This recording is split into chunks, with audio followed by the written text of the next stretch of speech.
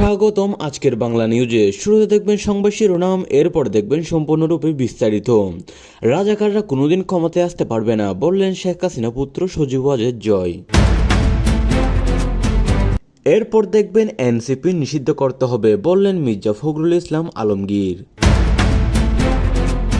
এরপর দেখবেন আওয়ামী লীগ ছাড়া নির্বাচনটি অসম্পূর্ণ অগণতান্ত্রিক, বললেন বিএনপি নেতা ফজলুর রহমান বাবু।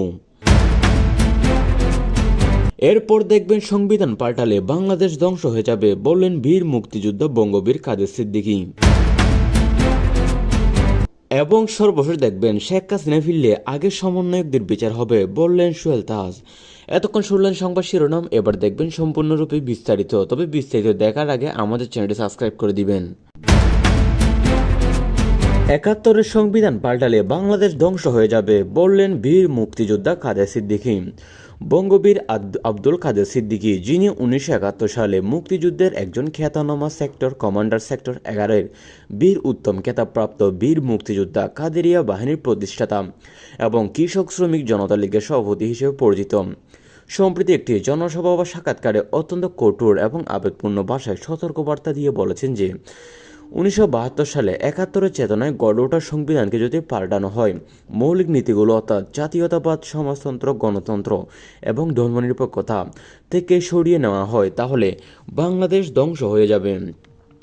কাদের সিদ্দিকীর মতে এই সংবিধান মুক্তিযুদ্ধের রক্তের বিনিময়ে অর্জিত স্বাধীনতার মূল ভিত্তি এবং বঙ্গবন্ধু শেখ মুজিবুর রহমানের স্বপ্নের প্রতিফলন। এটাকে পরিবর্তন করা মানে মুক্তিযুদ্ধের চেতনাকে অস্বীকার করা এবং দেশকে পাকিস্তান আমলের দিকে ফিরিয়ে নেওয়া। তিনি আরও জোর দিয়ে বলেছেন যে ৭১-এর সংবিধান যে ৪ মূলনীতি জাতীয়তাবাদ, সমাজতন্ত্র, গণতন্ত্র, ধর্মনিরপেক্ষতা লিপিবদ্ধ ছিল, সেগুলো বাংলাদেশের পরিচয় অস্তিত্বের মূল স্তম্ভ। যদি এগুলোকে বাদ দেওয়া হয় বা পরিবর্তন করে ধর্মভিত্তিক রাষ্ট্র বা অন্য কোনো রূপ দেওয়ার চেষ্টা করা হয়, তাহলে দেশের ঐক্য, স্থিতিশীলতা, অগ্রগতি চিরতরে ধ্বংস হয়ে যাবে।